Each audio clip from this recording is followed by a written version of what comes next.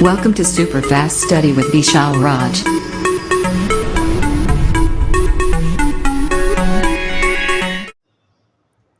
Hello दोस्तों, की हाल चाल सब बढ़िया। आप सभी का स्वागत है आपको अपने YouTube channel super fast study with Vishal. दोस्तों आज हम आपके लेकर आए हैं नए क्लास, जहां पर बात करेंगे नए टॉपिक की। जैसे कि क्लास लगातार डेली चल रहा है और आप लोग डेली क्लास कर रहे हो, डेली नया कुछ सीख रहे हो। सो जल्दी से सभी लोग क्लास में जुड़ जाइए और क्लास को स्टार्ट किया जाए। तो सभी लोग अपने दोस्तों को शेयर कर दो और सभी को क्लास में जोड़ लो और सभी को गुड इवनिंग। जल्दी करिए, फटाफट सभी लोग क्लास में आ जाइए ताकि क्लास को स्टार्ट किया जाए। जैसा क्लास हम ऑलरेडी पढ़ा रहे हैं, बहुत सारा चीज़ आपको सिखाया है और उसी में आगे चलने वाले हैं और इम्पॉर्टेंट टॉपिक की बात करने वाले हैं। तो जल्दी करिए, आप लोग जल्दी सभी लोग क्लास में आ जाइए।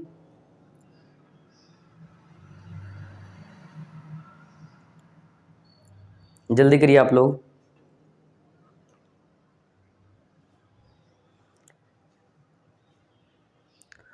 तो इस क्लास को स्टार्ट करते हैं एक मोटिवेशन साथ जो आपको ऊर्जावान बनाएगा। तो आप लोग ध्यान सुनिएगा और अपनी ध्यान में उतार लीजिएगा। तो आप लोग ध्यान सुनिएगा। कई जीत बाकी है, कई जीत बाकी है, कई हार बाकी है। कई जीत बाकी है और कई हार बाकी है। अभी तो जिंदगी का सारा सार बाकी है। कई जीत बाकी है और कई हार बाकी है। अभी तो जिंदगी का सार बाकी है। यहाँ से चले हैं नए मंजिल की ओर, यहाँ से चले हैं नए मंजिल की ओर। यह तो एक पन्ना है, अभी तो पूरी किताब बाकी है। यहाँ से चले हैं मंजिल की ओर, यह तो एक पन्ना है, अभी तो पूरी किताब बाकी है। इसी मोटिवेशन से इस क्लास को स्टार्ट करते हो। फटाफट से लोग क्लास में आ जाइए और क्लास को स्टार्ट किया। जैसे कि हमने ऑलरेडी डायग्राम बना लिया है और आप देख पा रहे हो कि आप यहाँ पर देख पा रहे हो हमने ऑलरेडी एक डायग्राम ये बनाया है और इस हेडिंग का नाम है अध्यारोपण का सिद्धांत, प्रिंसिपल ऑफ सुपर पोजिशन। ठीक है, क्या हेडिंग का नाम है? Principle of super position. तो जल्दी सभी लोग हेडिंग कर लीजिए अध्यारोपण का सिद्धांत और ये डायग्राम सभी को बना लेना है। ठीक है, फिर मैं इसको बता रहा हूँ बहुत आसान तरीके से। तो जल्दी ये काम कर लीजिए, हेडिंग करिए प्रिंसिपल ऑफ सुपर पोजिशन। इसी का दूसरा नाम होता है बहुल आवेशों के मध्य बल। इसी को दूसरा नाम है, ध्यान रखना, बहुल आवेशों के बीच जो है बल। इतना काम कर लीजिए। ये हेडिंग कर लीजिए principle of super position. And जो ये डायग्राम आपको बना है, एक्स अक्ष है, वाई अक्ष है इधर और इधर आपका जेड अक्ष है। और यहाँ पर एक आर नॉट दूरी पर एक आवेश क्यू नॉट आवेश है, जबकि यहाँ पर R1 पर Q1 आवेश और ये R2 दूरी पर ध्यान रखना कि यहाँ पर Q2 आवेश है। ये वाला जो बल लगा रहा है इस पर, वो बल लगा रहा है क्या? F0। और ये वाला जो बल लगा रही है क्या लगा? F02 या F02। ये डायग्राम बना लो और ये जल्दी से हेडिंग बना लो।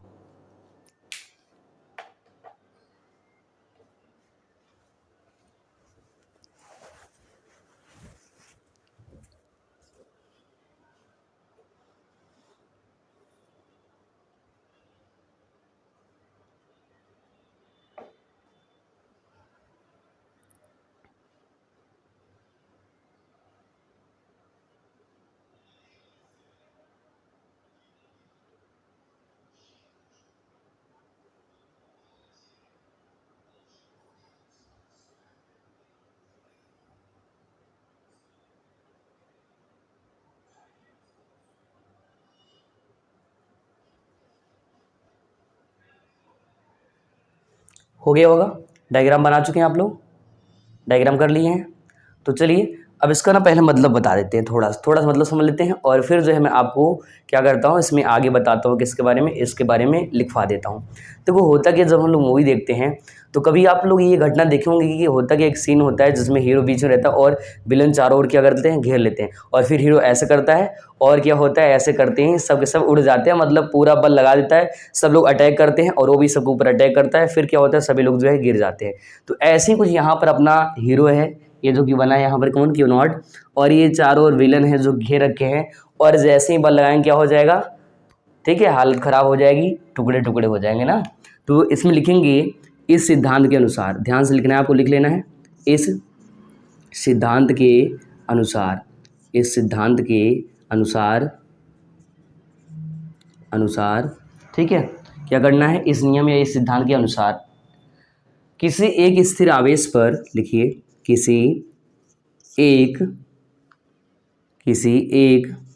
स्थिर आवेश पर, स्थिर आवेश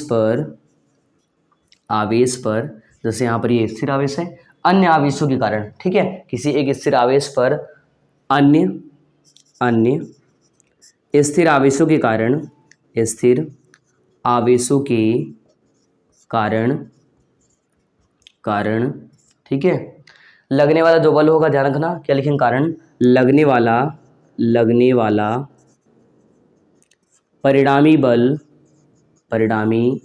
बल जितने भी आवेश है ना सबके अलग अलग सदिश रूप के बराबर होता है, ध्यान रखना। तो लिखेंगे क्या कि किसी एक स्थिर आवेश पर अन्य स्थिर आवेशों के कारण लगने वाला परिणामी बल जो है, परिणामी बल आवेश पर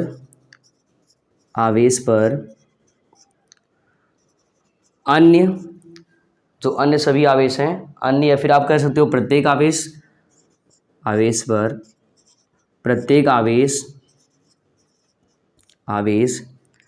के अलग अलग सदिश योग के बराबर होता है, अलग अलग सदिश योग के बराबर होता है। बराबर इधर नहीं दिख रहा है क्या, ऊपर थोड़ा लिख दे रहे हैं, के बराबर होता है, ठीक है।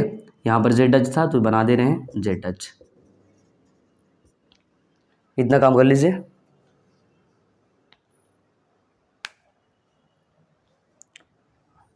चाहे तो यहाँ बलों भी कर सकते हो, अलग अलग बलों के सदिशों के, इसको सही कर लो थोड़ा से, अलग अलग बलों के, ताकि और अच्छा लगे। बलों के सदिश योग के बराबर होता है, सदिश योग के बराबर होता है, सदिश योग के बराबर होता है। समझाते हैं इसका मतलब। जैसे मान लो है क्या, यहाँ पर एक आवेश है जो कि Q0 या परीक्षण आवेश है या स्थिर आवेश है, और यहाँ पर एक आवेश Q1 है, यहाँ पर Q2, ये सभी इस पर बल लगा रहे हैं, F0 और F आपका 0 2, ये सब बल लगा रहे हैं। जो इनका जो भी अलग अलग बल लग रहा है ना, सबका सदिश योग के बराबर होता है। और एक यही क्या है, प्रिंसिपल ऑफ सुपरपोजिशन या फिर अध्यारोपण का सिद्धांत है। एक बार रिपीट करते हैं, ध्यान समझना। जैसे हमने कहा था कि मान लो अपना हीरो है, बीच में आ गया, मान लो इधर साइड बना रहे हैं, मान लो अपना ये हीरो है, हाँ ये हीरो है, ठीक है। और इसके चारों ओर क्या होते हैं, गुंडे आ जाते हैं, अलग अलग बल लगाता है, इधर भी लगाएगा, इधर भी लगाएगा, इधर भी लगाएगा, सब तरफ लगा देगा। और तो हो गया, सबकी हालत खराब, सबकी हड्डी टूट जाएगी, ठीक है। तो वो ऐसी हो क्या रहा है, एक आवेश जो है अन्य सभी बल लगा रहा है, जितना बल ये लगा रहा है उतना बल ये लगा रहा है, यही आपस में सदिश योग के बराबर होता है।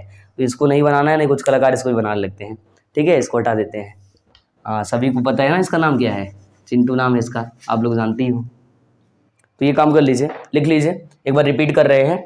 ये डायग्राम आपको बना लेना है, इसके बाद लिखना है क्या, अध्यारोपण का सिद्धांत, प्रिंसिपल ऑफ सुपरपोजिशन। इस सिद्धांत के अनुसार किसी एक स्थिर आवेश पर अन्य स्थिर आवेशों के कारण लगने वाला परिणामी बल आवेश पर प्रत्येक आवेश के अलग अलग बलों के सदिश योग के बराबर होता है। इतना लिख लीजिए।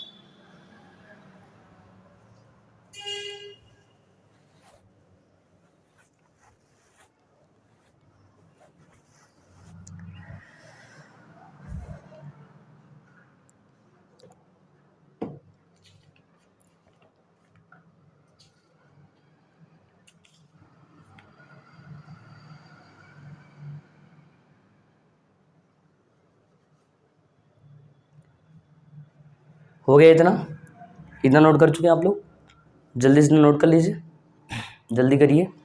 तो ये वाला हेडिंग जो है ख़त्म हो गया है, ध्यान रखना। अब बात करेंगे अगले हेडिंग की, ठीक है। एक बार रिपीट कर रहे हैं। तो एक आवेश है, इसी पे यहाँ पर Q1 आवेश है, यहाँ पर जो लिखा है ना ये Q1 आवेश है, ध्यान रखना। और यहाँ पर Q2, ये भी बल लगा रहा है, ये भी बल लगा रहा है। ये जो बल लग रहा है ना, इनका जो परिणामी बल आएगा ना, आपस में सदिश योग के बराबर होगा। वहीं पर हमने लिखवाया क्या, इस सिद्धांत के अनुसार किसी एक स्थिर आवेश पर अन्य स्थिर आवेशों के कारण लगने वाला जो है परिणामी बल आवेश पर प्रत्येक आवेश के अलग अलग बलों के सदिश योग के बराबर होता है। यहाँ तक हो गया होगा सभी का, यहाँ तक कर चुके हैं। सो अब इसको ना हटाते हैं, इसको हटाते हैं और फिर बात करते हैं अगले हेडिंग की, ठीक है। इसको हटा दिया जाए।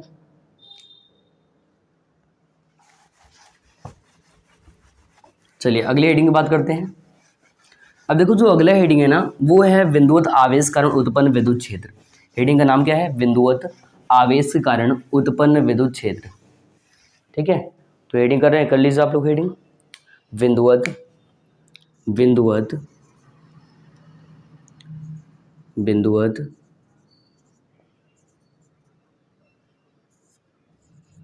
आवेश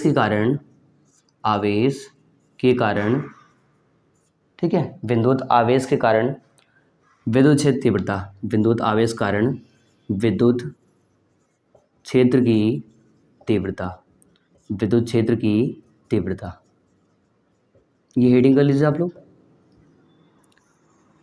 बिंदुवत आवेश कारण विद्युत क्षेत्र की तीव्रता, एक बार रिपीट कर सुन लीजिए। बिंदुवत आवेश के कारण विद्युत क्षेत्र की तीव्रता, विद्युत क्षेत्र की तीव्रता।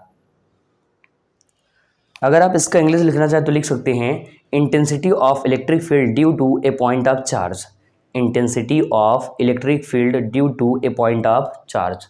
डायग्राम देखिए इसका, ठीक है। तो इंग्लिश देख लिए, intensity of electric field due to a point of charge. मान लो यहाँ पर डायग्राम बना रहे, ध्यान से देखना। मान लो यहाँ पर एक पॉइंट जो है ओ है, पॉइंट का नाम रख रहे हैं ओ, और यहाँ पर पी, ठीक है। आवेश का नाम भी रख लेते हैं। मान लो यहाँ पर जो आवेश है ना वो क्यों आवेश है, स्थिर है क्यों आवेश, और यहाँ पर क्यों नॉट आवेश, ठीक है। तो ये बल लगाएगा, इस डायरेक्शन में बल लगाएगा। मान लो जो विद्युत क्षेत्र दिशा है वो भी इधर ही है, और फोर्स जो काम कर रहा है वो भी इधर है। इधर बल भी लग रहा है और इधर ई का भी मान निकालना है।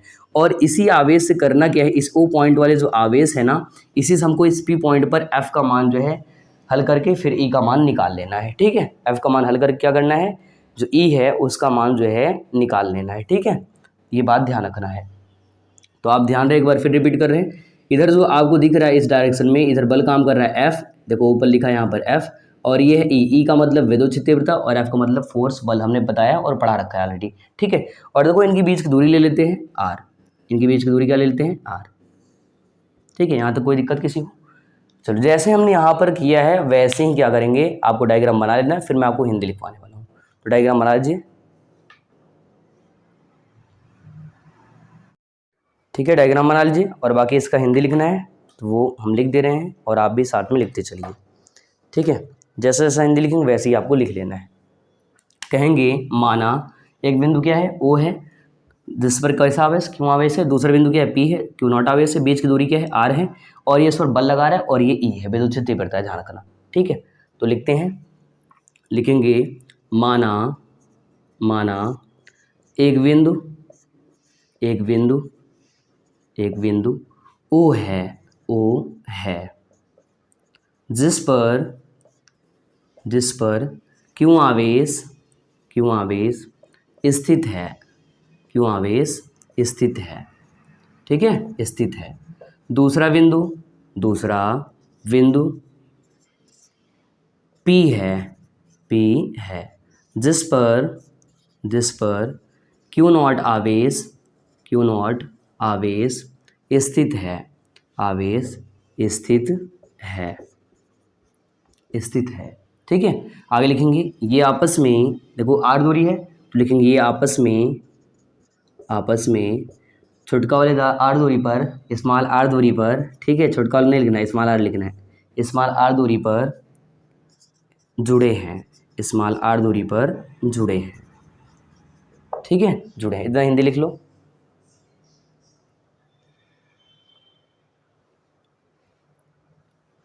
अब देखो एक आवेश ये है, दूसरा ये है, यहाँ पर बीच की दूरी आर है।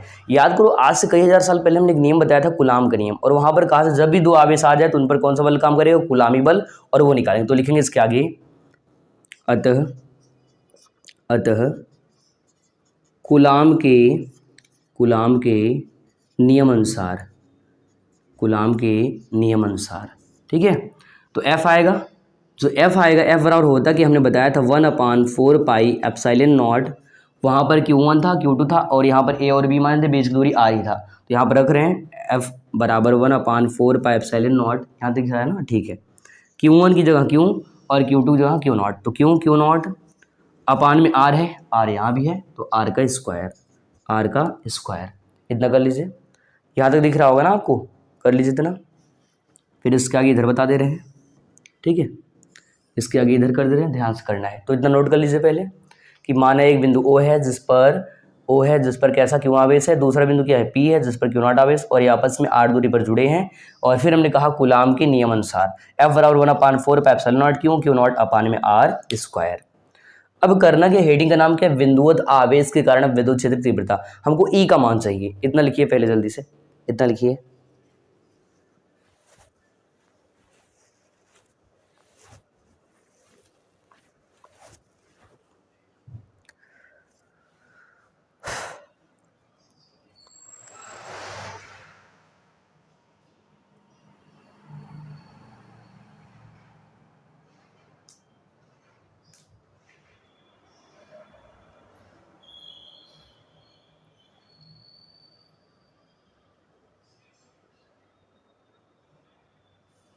चलिए हो गया होगा यहाँ तक का। चलो अभी आपको टाइम दे देंगे और इतना पहले कर लीजिए जल्दी से, फिर और आपको टाइम मिलेगा।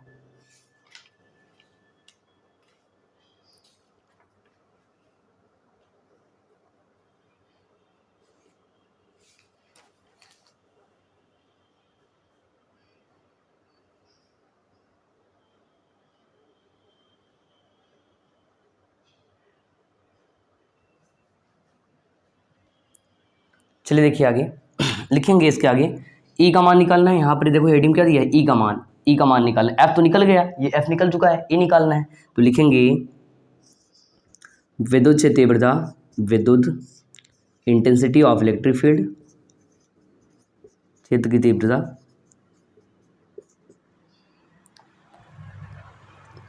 तो देखो होता क्या है, फॉर्मूला हमने बताया था इससे पहले, ई बराबर एफ अपान क्यू नॉट। ई बराबर क्या होता है, एफ अपान क्यू नॉट।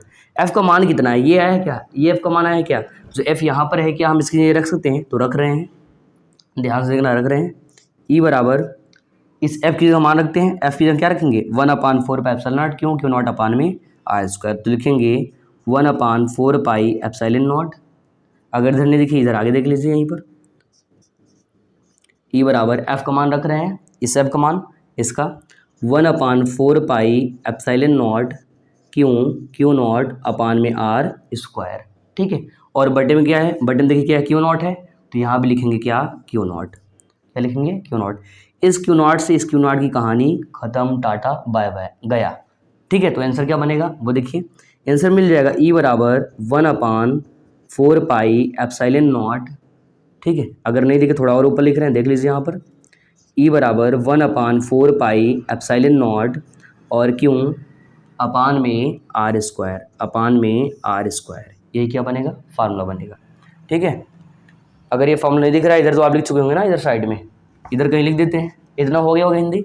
अगर इतना नहीं होता इधर तो इतना लिख चुके होंगे, यहाँ पर फार्मूला लिख दे रहे हैं, देख लीजिए फार्मूला, यहाँ पर देख लीजिए आप लोग। तो आ जाएगा फार्मूला ई बराबर 1/4 पाई एप्सिलॉन नॉट क्यू अपान में आर स्क्वायर। ये आपका इतना आंसर आ जाएगा, ठीक है, इतना नोट कर लीजिए। ये आप इतना आ गया, यही आपका लाना था, यही ई का मान निकालना था, तो ई का मान आ चुका है, ठीक है, कर लीजिए। डायग्राम बनाना था, हिंदी में लिखवाया कि माना एक बिंदु ओ है जिस पर कैसा क्यों आवेश है, दूसरा बिंदु क्या है, पी है जिस पर क्यों नॉट आवेश है, आपस में किस दूरी पर, स्मॉल आर दूरी पर जुड़े हैं, और यहाँ पर ई का मान निकालना है, एफ का मान निकाल दिया कूलाम के नियम से। तो आगे कूलाम के नियम से एफ बराबर 1/4 pi epsilon naught Q naught upon में आर स्क्वायर, फिर हमने यहाँ पर रख दिया एफ की जगह, तो मिल गया क्या, क्यू नॉट से क्यू नॉट कैंसिल हो गया, बचा गया आंसर, बच गया ये वाला आंसर आ गया आपका, ठीक है। ये आपका आंसर आ गया, ई बराबर 1/4 पाई एप्सिलॉन नॉट क्यू अपान में आर स्क्वायर। इतना कर लीजिए।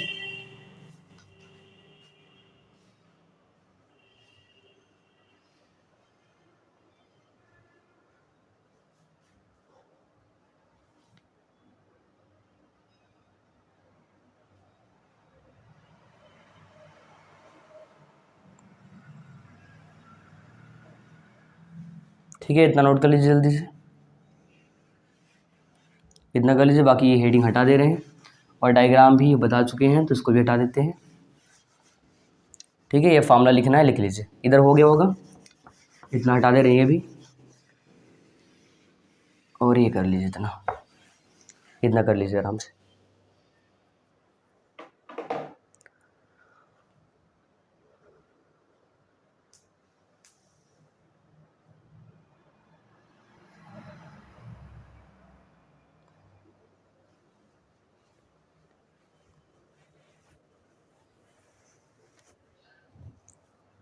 चलिए हो गया है। अगर हो गया तो सभी लोग, अगर समझ में आ गया हो, अच्छे लगा हो, तो जल्दी से लाइक कर दो और अपने दोस्तों को ज़रूर शेयर किया करो आप लोग, ठीक है।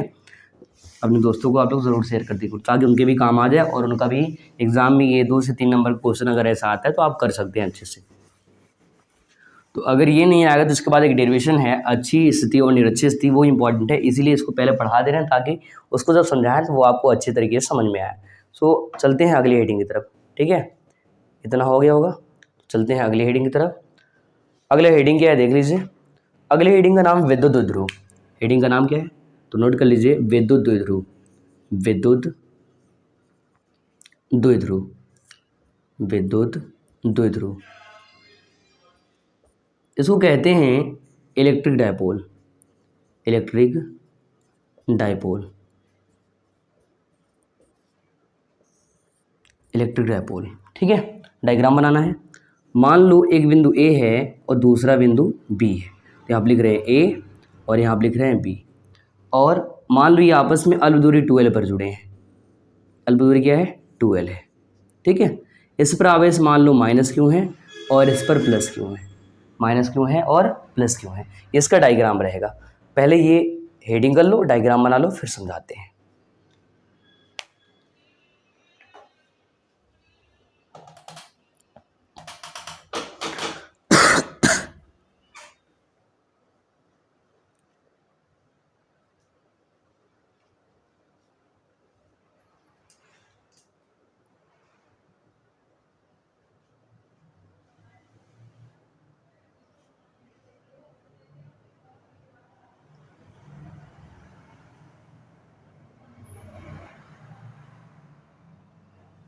हो गया होगा इतना, हेडिंग हो गया है, डायग्राम बन चुका है। जल्दी करिए, जल्दी करिए सब लोग।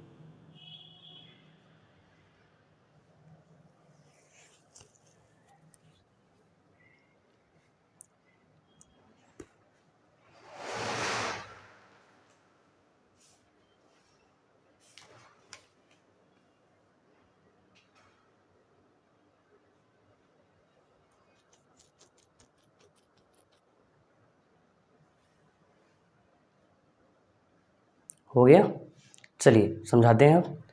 देखिए होता क्या है, मान लो पहले ये अकेला था बेचारा, ये भी अकेला था, फिर साथ में क्या हो गया, जुड़ गए, कोई आगे दूसरा व्यक्ति और कनेक्ट हो गए, जुड़ गए, फिर हुआ क्या, दूरी कम हो गई जिसको अल्प दूरी कहते हैं, और जब जुड़ जाएगा तो क्या हो जाएगा, बॉन्डिंग हो जाएगा। जैसे आप समझ पा रहे हो, सिंगल है फिर बाद में मिंगल हो गया, ऐसे। तो यहाँ पर क्या अलग है फिर साथ में जुड़ गया अलग है तो कोई टेंशन वेंशन नहीं था, इसको भी नहीं टेंशन था। जब जुड़ गया तो बीच में अल्प दूरी है 12 काम करेगा, वही जो बनाएगा ना वो द्विध्रुव हो जाएगा। अकेले का मतलब अकेला, दो का मतलब दो, तो डायपोल हो जाएगा। अब समझाते हैं इसका मतलब ये है कि जब दो समान, क्यों परंतु विपरीत प्रकृति के, क्यों मतलब समान, जब दो समान परंतु विपरीत प्रकृति के आवेश आपस में अल्प दूरी 2l पर जुड़े होते हैं तो उसे इलेक्ट्रिक डायपोल विद्युत द्विध्रुव कहते हैं। तो लिख लीजिए इसको, लिखेंगे जब दो समान परंतु विपरीत प्रकृति के आवेश, प्रकृति का मतलब नेचर, जो कि आप देख पा रहे हैं प्लस माइनस, प्रकृति का आवेश अल्प दूरी 2l पर जुड़े होते हैं, 2l पर जुड़े होते हैं तो उसे विद्युत द्विध्रुव कहते हैं, विद्युत द्विध्रुव इलेक्ट्रिक डायपोल कहते हैं। देख लीजिए, जब दो समान परंतु विपरीत प्रकृति के आवेश आपस में अल्प दूरी 12 पर जुड़े होते हैं तो उसे क्या बोलते हैं, उसे विद्युत द्विध्रुव कहते हैं। समझ पा रहे हैं आप लोग? पहले ये अलग था और ये अलग, और फिर क्या हो गया, जुड़ गए, कनेक्ट हो गए। जैसे मान लो ये है अपना, ये है, ये मान लो, और चलो माइनस में ले लेते हैं, ठीक है, और मान लो ये है और ये प्लस में हो जाए, ठीक है। अब जब जुड़ जाएंगे दोनों, क्या हो जाएंगे, जुड़ जाएंगे तो क्या हो जाएगा, दो ध्रुव बन जाएगा, एक ध्रुव यहाँ पर एक यहाँ, दोनों जुड़ गए, किस दूरी पर, अल्प दूरी पर, ठीक है, किस दूरी पर, अल्प दूरी पर। अब मान लो यहीं पर क्या रहे, हाइड्रोजन रहे एक तरफ Cl रहे, क्लोरीन जुड़ जाए, क्या हो जाएगा, Cl हो जाएगा। एग्जाम्पल भी चाहे तो लिख लो आप लोग, एग्जाम्पल लिख लो, ठीक है, एग्जाम्पल करके लिख लो 2-3 एग्जाम्पल। तो यहाँ तो दिख रहा होगा ना एग्जाम्पल तक, पहले इतना लिख लीजिए, जल्दी से डायग्राम बना लेना आपको, ठीक है, इतना काम जल्दी से फटाफट कर लीजिए, और फिर जो है इसका आपको डायग्राम और ये बता दे रहे हैं, मतलब example. HCl hydrochloric acid, HCl, H क्या होता है प्लस, Cl क्या होता है माइनस, जुड़ जाते हैं, बॉन्डिंग करते हैं, द्विध्रुव के कारण वो जुड़ते हैं, ठीक है। HBr है हाइड्रोजन ब्रोमाइड, ये हो जाएगा, ठीक है। और आप लोग जानते हो H2O जल भी होता है, ये भी आपको हो जाएगा, आदि कर लो, आदि कर दो, ठीक है। इतना दिख रहा है ना आप लोगों को, आदि करने देखिए चलेगा, लेकिन ये देखना चाहिए क्या क्या, HCl HBr H2O, ठीक है, इतना होगा, ठीक है, एटसेट्रा मतलब आदि, कर लीजिए इतना। तो ध्यान रखना ये क्या है, पहले अलग था और ये अलग थी, ठीक है, लो बना दे रहे हैं ये भी, ठीक है। अब होता क्या, जुड़ते हैं क्या होते हैं, किस दूरी पर अलग दूरी जुड़ते हैं, तो क्या हो जाता है, द्विध्रुव बन जाता है। जैसे मान लो H+Cl- ये सब जुड़ जाएंगे, क्या बन जाएंगे, द्विध्रुव बनाएंगे। तो इस तरह से आप द्विध्रुव समझ सकते हो कि एक आवेश माइनस है, एक प्लस है। तो हमने कहा कि जब दो समान परंतु विपरीत प्रकृति के आवेश आपस में, आवेश, ठीक है, विपरीत प्रकृति का आवेश आपस में अल्प दूरी पर, आपस में अल्प दूरी पर जुड़े होते हैं, उसे विद्युत द्विध्रुव कहते हैं, विद्युत द्विध्रुव कहते हैं। चलो हो गया होगा, डायग्राम हटा दिए, अगर नहीं कर पाए तो जल्दी से कर लीजिए आप लोग। एग्जाम्पल लिख लेना, HCl HBr H2O आदि।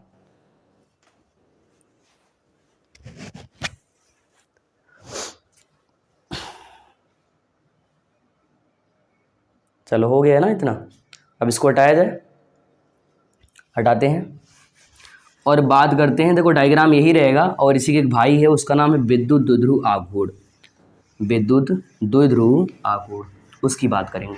डायग्राम यही रहना है, बना देना है आपको, एक बार बनाए थे तो वही बने रहने देना, दोबारा से नहीं बनाना है, ठीक है।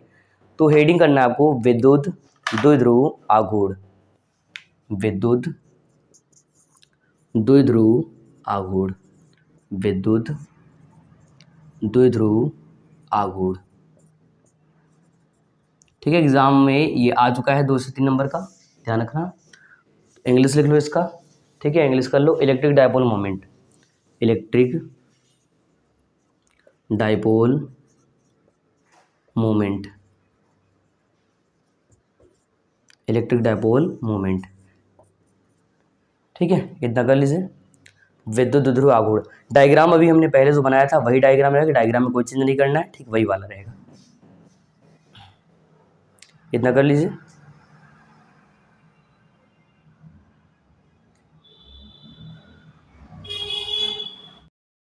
ठीक है, जल्दी जल्दी डायग्राम बना लीजिए। हेडिंग करना क्या है, विद्युत द्विध्रुव आघूर्ण इलेक्ट्रिक डायपोल मोमेंट, बाकी डायग्राम पहले बनाए थे वही रहने देना, आपको दोबारा से डायग्राम नहीं बनाना है। चलिए इसका परिभाषा लिख देते हैं, फिर जो इसका फॉर्मूला लिखते हैं। होता क्या है, हम कहेंगे आवेश, आवेश तथा, आवेश तथा आवेशों के बीच, आवेशों के बीच अल्प दूरी, अल्प दूरी के गुणनफल को, के गुणनफल को, गुणनफल को, ठीक है, विद्युत, विद्युत द्विध्रुव, द्विध्रुव आघूर्ण, आघूर्ण कहते हैं। आवेश और आवेशों के बीच अल्प दूरी के गुणनफल को विद्युत द्विध्रुव आघूर्ण कहते हैं। इसे P से, कौन सा P, छोटका वाला, ठीक है, इसे P से व्यक्त करते हैं या दर्शाते हैं या डिनोट करते हैं, इसे P से व्यक्त करते हैं, व्यक्त करते हैं, ठीक है, लिख लीजिए। आवेश और आवेशों के बीच अल्प दूरी 12 के गुणनफल को विद्युत द्विध्रुव आघूर्ण कहते हैं, इसे P से व्यक्त करते हैं। अगर इसके फार्मूला की बात की जाए, सूत्र की, तो फार्मूला होता है P बराबर Q इंटू 2L, P बराबर Q इंटू 2L, ठीक है। ये P है विद्युत द्विध्रुव आघूर्ण, Q है आवेश और 2L है इनके बीच की दूरी या लंबाई। इतना कर लीजिए, इतना काम कर लीजिए।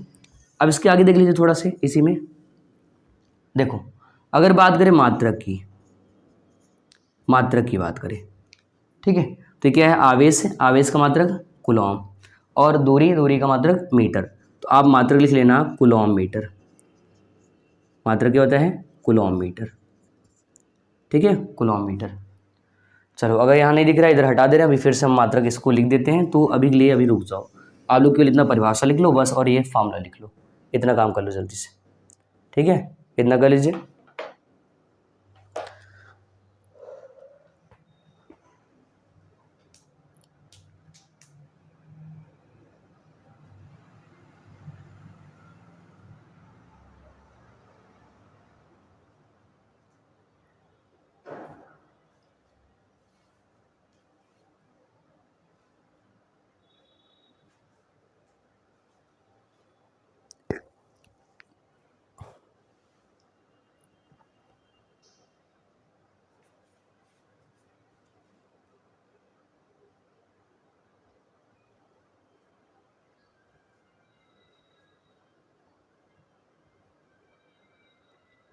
यहाँ तक हो गया होगा। विद्युत द्रुव आघूर्ण, ये डायग्राम पहले ही बनाना था, जो कि पहले ही बनाया हो तो दोबारा से नहीं बनाना है, ठीक है। परिभाषा, आवेश तथा आवेशों के बीच अल्प दूरी 2L के गुणनफल को विद्युत द्रुव आघूर्ण कहते हैं। इसे P से व्यक्त करते हैं, तो हमने लिखा आवेश तथा आवेशों के बीच अल्प दूरी 2L के गुणनफल को विद्युत द्रुव आघूर्ण कहते हैं। इसे P से व्यक्त करते हैं और फॉर्मूला इसका सूत्र है P बराबर Q इंटू 2L, ठीक है। इतना हो गया होगा। इधर देखिए इसका मात्रक और विमा और राशि, तो ये डायग्राम भी अब हटा दे रहे हैं और ये फार्मूला जो है सूत्र लिख के फिर से इसका मात्रक और जो है आपको राशि और बीमा सूत्र बताते हैं, ठीक है। ध्यान से देखना आप लोग। फार्मूला क्या मिला था, P बराबर, सूत्र ये आपको मिला है Q इंटू 2L, ये मिला है। तो इसको लिखेंगे मात्रक, क्या लिखेंगे, यूनिट मात्रक। आवेश का मात्रक कूलॉम, आवेश का मात्रक बताया था ना आप लोग कूलॉम, और इसका मीटर, तो मात्रक हो गया कूलॉम मीटर। क्या मात्रक हो गया, कूलॉम मीटर, ध्यान रखना, ठीक है। या इसका दूसरा मात्रक डेबाई होता है, ध्यान रखना क्या होता है दोस्तों, डेबाई, ठीक है, या डेबाई। एक कूलॉम मीटर या फिर डेबाई, ये दोनों लिख लेना, कूलॉम मीटर या फिर डेबाई, ठीक है, हो गया होगा। अब अगर राशि की बात करें, राशि की बात करें तो ध्यान रखना ये सदिश राशि है। कैसी राशि है, सदिश राशि, सदिश राशि। विमा सूत्र की बात करें, डायमेंशन फार्मूला की, तो देखो आवेश का बीमा 80 होता है, 80, और लंबाई है मीटर है तो L हो जाएगा। अब एक साथ लिखोगे ना तो आप क्या करोगे, इसको लिखोगे ATL, ATL, ठीक है, ये लिख सकते हो। या फिर आप नाम याद रखना लता, LTA, चाहे LTA लिखो चाहे क्या लिख लो, ATL। अच्छा कैसे याद रखोगे, तो मात्रक CM, CM का मतलब कूलॉम मीटर, और राशि क्या है या फिर डिवाइड दूसरा मात्रक, राशि क्या है, सदिश राशि। बीमा सूत्र ATL या फिर LTA या फिर लता याद कर लेना, ठीक है। इस तरह से अगर कोई पूछ ले कि सर जो है ये एक डिवाई का मान कितना है, एक डिवाई का मान कितना होता है, तो ध्यान रखना आप इसको लिख सकते हो कि एक डिवाई बराबर, लिख दे रहे मान भी, एक डिवाई बराबर 3.3 गुणित 10 की घात -3 कूलॉम मीटर। एक डिवाई का आप मान भी लिख सकते हैं अगर चाहें तो, एक डिवाई बराबर 3.3 गुणित 10 की घात -30 कूलॉम मीटर, इतना लिख सकते हैं, ठीक है। डिवाई का मान कर लीजिए इतना काम।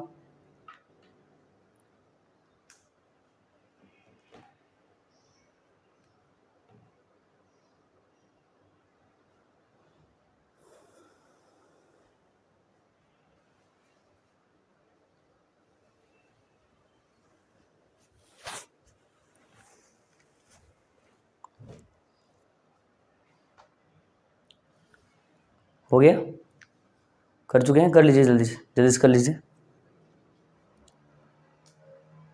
फार्मूला है P बराबर Q इंटू 12। अगर हिंदी में मन करेगा तो आप लिखोगे कि विद्युत द्रुव आघूर्ण बराबर आवेश गुणित अल्प लंबाई, ठीक है। मात्रक कूलॉम मीटर या CM, और या फिर दूसरा मात्रक डिबाई। इसका डिबाई का मान 3.3 इंटू 10⁻30 कूलॉम मीटर, CM का मतलब कूलॉम मीटर। अगर राशि की बात करें तो आपका वेक्टर क्वांटिटी है, सदिश राशि। अगर विमा सूत्र की बात करें तो ATL या फिर LTA होता है। ये AT जो लिखे हैं आवेश का लिखे हैं, और L जो लिखे हैं लंबाई के लिखे हैं, वहां से निकला है क्या ATL या फिर LTA। इतना काम आपको कर लेना है, ठीक है, और ये आपको याद रखना है। अब देखो इसके बाद जो हम लोग पढ़ेंगे ना वो रहेगा अच्छी स्थिति और निरक्षीय स्थिति, जो कि आपके एग्जाम में 5-5 नंबर का एग्जाम में बहुत बार आया है, और जस्ट 2024 वाले एग्जाम में भी एक आया था जिसको बोलते हैं निरक्षीय स्थिति। तो वो दोनों मैं पढ़ाऊंगा, और दो अलग अलग क्लासों में, एक क्लास में नहीं पढ़ाऊंगा। रीज़न ये कि दो क्लास में पढ़ाने का रीज़न क्या है, उसमें आपको अच्छे से पढ़ना है, जानना है, जिससे आपका 5 नंबर अच्छे से कन्फर्म हो जाए। तो पहले इसको जल्दी से नोट कर लो, या फिर आपको मन करता है स्क्रीनशॉट कर लो। बाकी जो है इतना आप याद कर लेना, तैयार कर लेना। अगर ये वाला कॉन्सेप्ट आपका अच्छे से क्लियर रहेगा तो आगे हम लोग इसका यूज करके आगे इसका डेरिवेशन करवाएंगे, तो वो आपको ध्यान रखना है, ठीक है।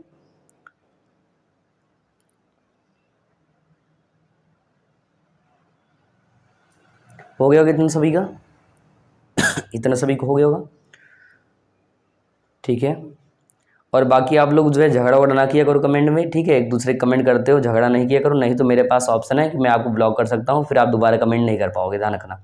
इसलिए आप लोग जो है अच्छे से कमेंट किया करो, ना कि आपस में झगड़े कर लेते हो। तो ये सब नहीं करना है आप लोगों को, ठीक है। जैसे क्लास में करते हो ऐसे यहाँ भी करने शुरू कर देते हो आप लोग। बाकी आप लोग खुश रहिए, मस्त रहिए, मेहनत करिए, पढ़ाई करिए। और अगर आप लोग चैनल पर पहली बार हैं तो सब्सक्राइब कर लें और बेल आइकन प्रेस करें, जिससे जो भी क्लास या वीडियो डालें या फिर जो भी क्लास रहेगा लाइव तो आपको तुरंत जो है नोटिफिकेशन मिल जाए, जिससे आप तुरंत ज्वाइन कर सको, ठीक है। बाकी मस्त रहिए और आप लोग अपना ध्यान रखिए, मेहनत करिए, पढ़ाई करिए। बाकी मिलते हैं अगले एपिसोड में कुछ नए टॉपिक के साथ, नए नॉलेज के साथ, ठीक है। सो तब तक नमस्कार, जय हिंद।